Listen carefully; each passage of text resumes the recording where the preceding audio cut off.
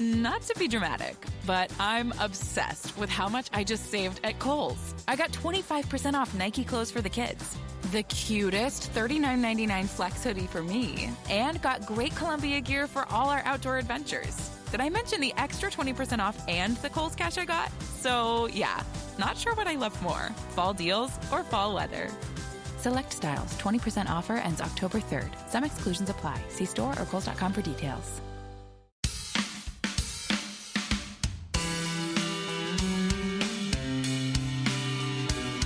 You're listening to the Naked Bible Podcast. To support this podcast, visit nakedbiblepodcast.com and click on the support link in the upper right-hand corner. If you're new to the podcast and Dr. Heiser's approach to the Bible, click on New Start Here at nakedbiblepodcast.com. Welcome to the Naked Bible Podcast, episode 387, our 47th Q&A. I'm the layman, Trey Strickland, and he's the scholar, Dr. Michael Heiser. Hey, Mike. How are you? Pretty good. Although I've been a little, I've spent more time at doctors' offices this year than my whole life up to this point. Oh, you falling apart? Yeah. No, I don't think I'm falling apart. I've got some back issues. I've got some gastrointestinal issues. So it's just these things are irritants right now. But so I've had kind of one of those weeks, but it is what it is. Nothing major though, right? No, I mean, not that I know of or not that I've been told. So just one of those things that becomes a part of life that just nags you. Yeah. But it's new. So you asked, Yeah, no, that's true. I did. But you'll have to let us know. Now I'm worried. So now you got everybody worried, Mike. Everybody that just heard that is worried. So you're going to have to keep us informed. All right. I'll keep them. There'll probably be more updates to that than there are to the did Mike go in the pool question, but yeah. So yeah. Well, I'm rattled now, Mike. Yeah. Well, think about the pugs. Pugs in the pool. That'll help. All right, Mike. Well, I don't know how to transition. That's just bringing me down. I got to transition into some questions here because now you're making me think about my own health and just like, oh my gosh, I got to go to the doctor. But it's a downer, Mike. It's a downer. I don't appreciate you bringing that up. Do we have like a Sheol question in here? Yeah. It'd be a good transition. Seriously. No, all we got is our first question, Mike, and it's about Ezekiel 3:17 through 21. And Jordan says, I often hear pastors quote passages like Ezekiel 3:17 through 21 to try and motivate Christians to evangelize more often. Does this passage actually show that for at least some unbelievers out there, if someone witnesses to them, they would believe the gospel and go to heaven? But if no one witnesses them, they would go to hell. In other words, is their fate my fault? Yeah, this question sort of, well, it almost, it's going to sound a little odd, but it reflects kind of a poor theology of God. And that might sound, like I said, a little bit odd, but let me try to unpack it. I'll just say, first of all, I don't see how the passage applies specifically to evangelism at all. And I should probably read it, just so people are aware of what it is we're talking about here. So this is Ezekiel 3:17. Son of man, I have made you a watchman for the house of Israel. Whenever you hear a word from my mouth, you shall give them warning from me. If I say to the wicked, you shall surely die, and you give him no warning, nor speak to warn the wicked from his wicked way in order to save his life, that wicked person shall die for his iniquity. But his blood I will require at your hand. But if you warn the wicked, and he does not turn from his wickedness or from his wicked way, he shall die for his iniquity. But you will have delivered your soul. So it's the watchman passage. Again, some people probably kind of knew where this was, angling for right away, but it's good to just read it. The passage doesn't specifically apply to evangelism if we want to read it in context anyway. So, there's that. And, God doesn't, why would we think God puts all his eggs into one basket? God is not so inept to tie his own hands, as it were, in regard to someone's salvation or even someone's repentance. And what I mean by that is he's not going to bind something he desires. God is not going to bind something he desires, the salvation of a lost person, to one Christian's obedience. Why would we even think that? It's like, do we really believe that God says, oh, too bad that one Christian failed, you're toast now, we're done here, you're welcome to hell? I mean, really?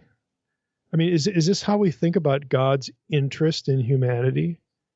That any person's destiny, their eternal destiny, is tied to one individual Christian and perhaps one encounter, and if there's a failure there, then there's no hope for that person. I would suggest to you that if somebody's thinking that way, you should look back on your own life and realize that isn't the way God drew you either. It's never this one and done sort of thing. But that's why I said it kind of reflects poorly on the doctrine of God or how we think about God. Now, I'll be more charitable here. The thought at least counts. A pastor who would be trying at least to preach from Ezekiel 3. And okay, as an application, a point of application from Ezekiel 3, yeah, we should speak to lost people. But again, the circumstances here overstate the context of the passage for sure. And, it could descend into something manipulative, or at the very, maybe at, I hate to say it this way, but at best, it's just teaching a theology that limits God, which is pretty bad. So what the passage means is actually answered in verse 17. Son of man, I have made you a watchman for the house of Israel. So there's the context. It's right in the verse.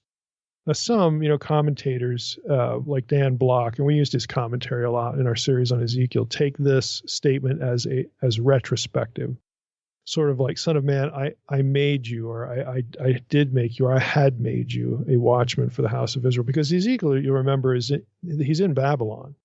He's there with the captives. And so some scholars take it as the job that Ezekiel was doing before he himself was taken captive. So those who take this perspective would say that the words reflect what Ezekiel was doing before Jerusalem fell, before his own captivity. It's probably a better way to say it, because Jerusalem's going to fall while he's in captivity. But this is what Ezekiel was supposed to be doing. He's doing the job of warning the people of Judah to repent. Now he's in Babylon with everybody else, and others say, no, it's not retrospective. Other commentators will say the wording here reflects his mission in Babylon. And honestly, this one actually makes more sense to me. And what it would be, the way we would understand is something like this. Ezekiel's message now that they're in Babylon, he's with this bunch of captives, is simply, don't defy God or you'll die. Just like the people I was warning back home before all this happened to us. So yeah, Ezekiel was responsible for them back in the, God's land. He was God's prophet. There were no other prophets among the captives by the Kibar Canal once they get into Babylon. So yeah, Ezekiel had a responsibility back home. He has a responsibility here. He's God's mouthpiece. He was in his circumstances the only link that people had to God. So is it really fair though to put ourselves in that situation? Are you really the only person, that is a person's link to, the truth or something like that? It's kind of hard to say, in a modern, especially American context. Ezekiel, sure, he was speaking for God, so people better listen. If Ezekiel got lazy, then the people wouldn't get forewarned, and yeah, it would be his fault. But that's a little bit different than a Christian today. Though we all ought to speak for God, we all ought to, play that role. But at the end of the day, we can't assume, like we can for Ezekiel, because we have Ezekiel 1 and 2 leading up to chapter 3. We can't assume that we're the only means by which a lost person will hear what they need to hear. But so what? We should still tell them anyway. I mean, it's our job to do evangelism. It's our job to do discipleship. It's our job to warn people when they're doing something self-destructive. This is how you treat people well. But at the end of the day, to me, the real problem here is not applying this to evangelism. Okay, I'm fine with that if we tell our congregation what the passage actually meant in context and make it clear that this is an application. Fine.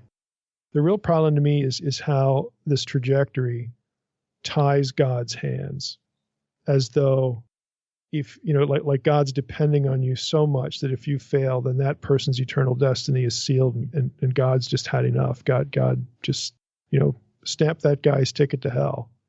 That's absurd. That's absurd. God is going to be interested in the lost because that's his nature. And he's going to, if you disobey, he's going to bring somebody else along. He's going to still be trying to do what he wants to do, trying to get done what he wants to get done. And that is, to save people from this destiny. I think it says far too much to sort of tie God's hands. William was wondering if Mike would go over Psalm 139, highlighting verse 16. Looking at a parallel Bible online at about all possible verses, some add yet imperfect in the verse. Would this phrase, yet imperfect, make it more about David himself? And also, can you touch on the word Gollum? Okay, yeah. Yeah, I'll read Psalm 139:16. This is ESV. Your eyes saw my unformed substance. In your book were written, every one of them, the days that were formed for me, when as yet there was none of them. So if you compare translations here, they are going to differ. Some will say something like ESV has, my unformed substance. Others will use this imperfection language. And the alternatives really derive from the same place, the same Hebrew word, which the question included this word golem.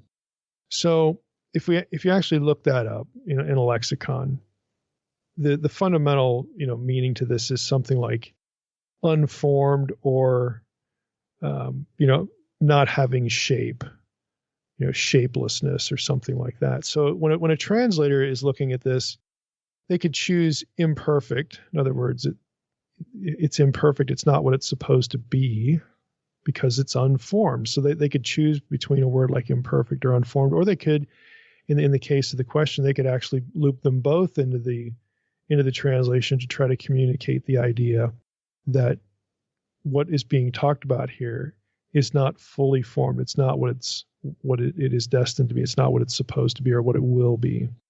So this idea is about the contents of the womb. Okay, it has nothing to do with David's father or mother or even David himself in a moral sense. It has to do with, hey, when I was conceived, I wasn't like fully conceived, and we know this. And an ancient person would know this because they did have stillborn children, or they did have miscarriages, or again a woman could be killed in battle or something like that, and then the contents of her womb exposed or something like that, or again this a miscarriage situation. They know what the inside of a woman's womb looks like at basically all stages or various stages, anything you can see with the naked eye anyway. And so they know that when a child is conceived in the womb, it's not like it's going to look when it's birthed. Okay. And that's what the verse is talking about. And Golem actually reflects that. So the Net Bible, again, which I want to recommend, it has a nice succinct note here. Net Bible is a free resource. I highly recommend it because it'll get into stuff like this. It says here, Hebrew behind, your eyes saw my shapeless form. The Hebrew noun golem occurs only here in the Old Testament. In later Hebrew, the word refers to, quote, a lump, a shapeless or lifeless substance, unquote, or to, quote, unfinished matter, such as in a vessel wanting finishing or that needs to be completed or finished, unquote. And they cite here Jastrow, and this is Jastrow's, he has a lexicon, and I think this actually you could get for free online because it's an older resource. I think you can get this in PDF. I actually have it in Logos, which I of course recommend because of the searchability. But again, Jastrow, but here's the entry for Golem. I'm looking at it right now, and like the Net Bible note says, shapeless mass, lump or shapeless or lifeless substance, that sort of thing. It is interesting that the word will be used for anything that's sort of unfinished or that needs to be completed, more broadly than the contents of a woman's womb. So Net Bible brings up the example of a vessel. You have here one of his, he quotes, something rabbinic about the word being used for an unmarried woman being a quote unquote unfinished vessel. Well, obviously an unmarried woman who's long out of the womb, is physically complete, but in the culture, she's not complete because she doesn't have a husband yet, doesn't have her own family, so on and so forth. So there's a little bit of a use of the term there for something more abstract. So something that isn't completed yet is really the fundamental meaning here. Again, this has nothing to do with moral character or sinfulness or anything like that. It just refers to the fact that it's not what it's intended to be yet. It's not what's there. And so how translators communicate that idea is going to be, it's going to vary. They could, opt for something a little more succinct, like shapeless, or they could add imperfect to that, combining words. This is what translations do. They just try to communicate what's actually there. The translation, I think here, let me just take one look back at ESV just to see how they did this. You saw my unformed substance. A more dynamic rendering would be something like adding when I was in the womb. This is just for sake of illustration. I'm not thinking of any particular translation, but even though the words when I was in the womb aren't in the verse, a translator could add that just to clarify what's going on. But again, translations differ. This is why, because the effort is to try to communicate something specific, or at least as specific as can be communicated. It's going to come down to translation philosophy. If your translation thinks that the translator thinks their job is word for word correspondence and no more, well, then you're going to get something like unformed with no elaboration. If they're looking at something that's more, the translation philosophy is dynamic equivalent, where we can use however many words we need to in English to communicate the idea, well, then you're going to have some elaboration. Patrick wants to know, does the biblical numerology and name codes indicate that the writers made events up to fit theology? Or did these people and numbers actually reflect reality? Yeah, I'm not going to do it, but I would personally reword this question because I'm not sure what Patrick is specifically thinking of. When he talks about name codes, I have to guess that he's thinking of gematria. We just had this with 666, of course, in the Revelation series. Biblical numerology, gematria is a form of that, but there are other things going on with numbers. So I'm not specifically sure what he's angling for, but let's just go with gematria here. I would say that when gematria is actually used, which is rare in the Bible, the circumstances and people are real or intended as real. And when I say intended as real, I'm talking about like with eschatology or some conditional statement. In other words, there's like in the 666 thing, the number's given, it's the number of a name, it's a mark, so on and so forth. Well, it's describing a person yet to come. So the description is intended to convey a thought about a real person, but he's not real yet because he's not here yet, because we're talking about eschatology. That's all I'm saying about intended as real. So when the Bible does use gematria, it is trying to communicate something specific, either in some episode or about some real person, or again, projecting out in the future some circumstance that will come to pass. So there's no necessary contrivance or irreality that is necessarily tied to the use of gematria. Let's pick up another example. Maybe it'll illustrate it a little bit better. And again, gematria is rare, but there are these that I think are pretty reasonable. In the case of the Gospels, the 153 fish, after this post-resurrection appearance, when the disciples, encounter Jesus again, and this is the very famous episode, but John actually gives us the number of the fish they caught, 153. Like, what did you just get out and count them? Or how do we know this is real time? Well, in that case, he could just be using gematria to communicate a specific idea, but the people about whom he is relating the idea are real people. My view is that the 153 fish, and I don't know if I've actually written about this or not. I use this in my second novel, but the 153 fish by gematria can be spelled out as sons of God. And so, when Jesus repeats, he reiterates that I'm, making you fishers of men, and we have this account where the disciples now, the relationship's restored with Peter and, all this sort of stuff going on, this post-resurrection appearance. You would use this to communicate the idea that you are my children. We're still in relationship, and now you're tasked with going out and finding other children of God. Basically, it's the Great Commission. Well, it's a cryptic gematria way of referring to these ideas, but they're spoken in a real circumstance to real people, the disciples. We know Peter and Jesus were real. Okay, so that for that reason, the question, I think, kind of connects two things: irreality and gematria unnecessarily. Another episode. I personally think that at the baptism of Jesus, the reference to the dove is probably gematria. The 153 fish you'll find in commentaries. The thing with the reference to the dove, that's a little more obscure.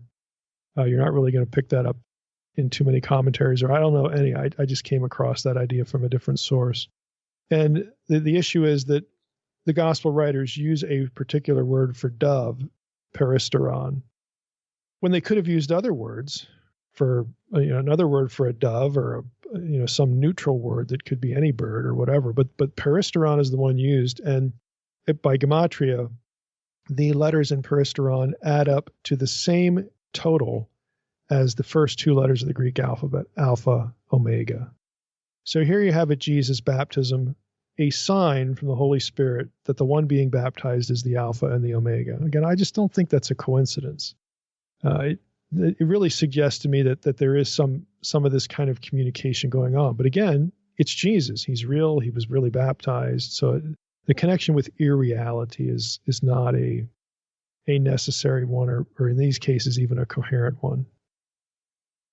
Mark in Irvine, California, has our next question, and it is, if the fallen angels that fell before the flood are in prison under the earth, then where is Satan and the fallen angels now?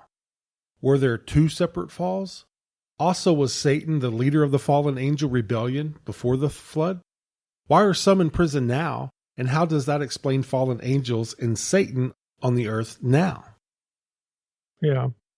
Well, I'm going to answer this question with the answer that's probably creeping into the minds of thousands of people listening to this, and that is read the Demons book. I mean, all of this is dealt with there in detail. So I'm not going to repeat all that information here, but the short form is Satan is the Lord of the dead, the underworld. So that's his, if we can use this phrase, that's his living space now, as it were. That's where he was, banished. At his own rebellion, back in the garden. He can come and go as he wants. Yes, there were separate falls. Okay, there are really three falls, three rebellion events is a better way to put it. In Genesis 1 through 11, that explains evil in the world and in the biblical worldview, so on and so forth. So, yep, there are separate falls. There's no indication in the Bible that Satan had anything to do with the Watcher rebellion or the rebellion of Genesis 6, 1 through 4. There's no verse that ever says that. Now, there are reasons to conclude that Satan would be perceived hierarchically as the rebel par excellence, or the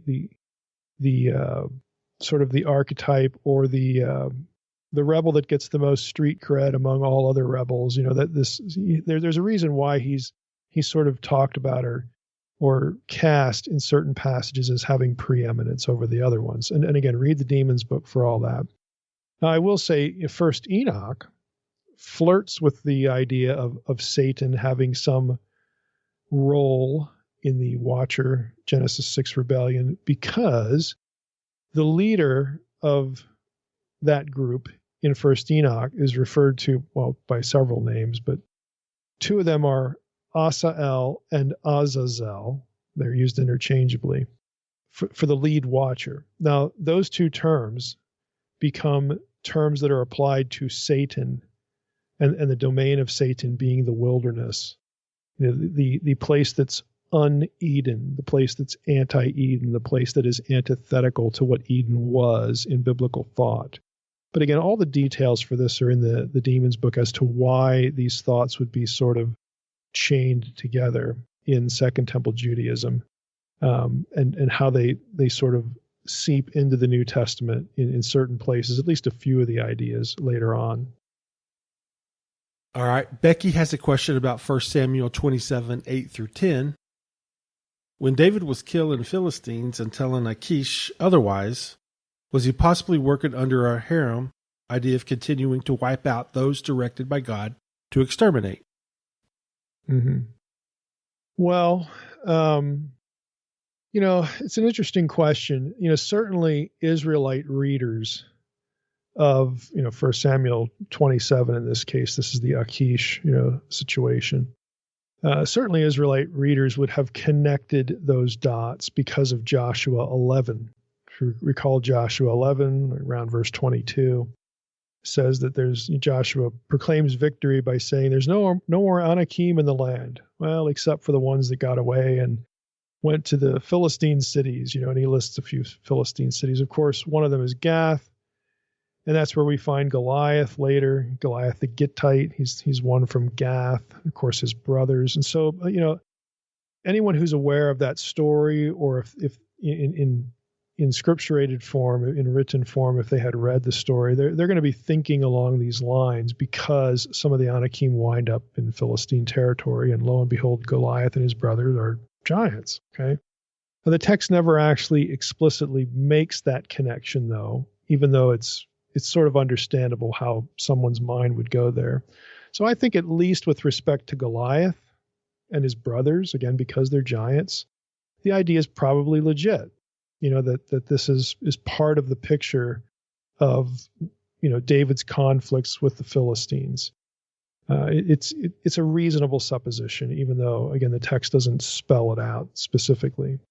But 1 Samuel nowhere uses the harem vocabulary generally of conflicts with the Philistines. So you can't just say that they were thinking this with respect to all of the Philistines, but certainly if you have a few giants kind of stumble onto the battlefield, and okay, it's the Anakim again, here we go. Again, it's a reasonable supposition. Now, 1 Samuel does use harem vocabulary for the Amalekites. And this is 1 Samuel, let's see, I think it's chapter 9. Let me just take a quick look here. So in 1 Samuel, 14:48, you get the Amalekites mentioned, but in chapter 15 is when you have a kind of an important passage with respect to this question. So you have here 1 Samuel 15. I'll just read a couple verses here. Samuel said to Saul, "The Lord sent me to anoint you king over his people Israel. Now therefore listen to the words of the Lord. Thus says the Lord of hosts. I have noted what Amalek did to Israel in opposing them on the way when they came up out of Egypt. Now go and strike Amalek and devote to destruction." There's the harem vocabulary, all that they have. Okay, so you have this language used specifically of the Amalekites. And if you remember in our series on Exodus, this is episode 283, the Amalekites more broadly than just the Philistines, okay, because again, this language isn't used broadly of the Philistines, but it is used of the Amalekites. The Amalekites descended from a giant clan, okay, and you can go listen to Naked Bible Podcast episode 283, and they were cursed under Moses. So they, as a clan, as a people group, they have roots in terms of where they come from to, again, one of the people groups back in that are associated with the conquest, that are specifically associated with giantism. Okay, the connections there in the case of the Amalekites, but it's not specifically there in the case of the Philistines, except for, again, the vestiges of the Anakim that fled there. So I think that's why there's a difference in the vocabulary here between these two people groups. But even having said that, like I said, I think for Goliath and his brothers, this is probably a legitimate trajectory of thought with respect to the whole enterprise of Harem, because it was about eliminating the giant clans in the first place. Here you have some vestiges among the Philistines, and so it kind of fits. It kind of makes sense there. Harem. Like you're going to spit. Yeah. Ham. All right, Mike, and just like that, short and sweet one, that's all we got for this week. We appreciate everybody sending in their questions, and Mike, for you answering those questions. Well, stay healthy, eat your vegetables, and get plenty of sleep, because Right. I have a feeling. What time do you normally go to bed? Yeah, I'm a night owl. Yeah, me too. I'm a night owl. Yeah, all right. Well, eat your Wheaties and stay healthy so we don't have to worry about you. Well, with that, I want to thank everybody for listening to Naked Bible Podcast. God bless. Thanks for listening to the Naked Bible Podcast. To support this podcast, visit www.nakedbibleblog.com. To learn more about Dr. Heiser's other websites and blogs, go to www.drmsh.com.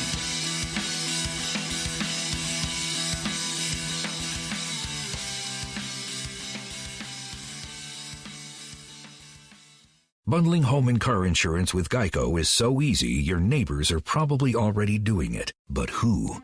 They may drop little hints like, beautiful day out. Even more beautiful since we saved by bundling our home and car insurance with Geico. or Yard work is hard. Much harder than bundling with Geico, which was easy. it may be even subtler, like, Speaking of burgers, we bundled our home and car insurance with Geico and saved a bunch of money. bundling is easy with Geico. Just ask your neighbors. And now it's Geico's Motorcycle Rules of the Road. Before you ride, make sure your mirrors are clean and adjusted properly. And if you're going on a group ride, make sure the lead biker knows where they're going. Ed, quick question. Where are you taking us? Oh, I have no idea. What, am I the leader? Because I was following that dude with the red helmet. Where is he? And the rule to saving on motorcycle insurance is, in 15 minutes, Geico could save you 15% or more. Grand Canyon University, a Christian university, is one of the largest and fastest growing universities in the country, offering over 200 engaging programs online. GCU integrates the free market system and its welcoming Christian worldview perspective into its academic programs and throughout our online campus. GCU's online students received over $100 million in scholarships in 2020. Visit gcu.edu/myoffer to see the scholarships you qualify for.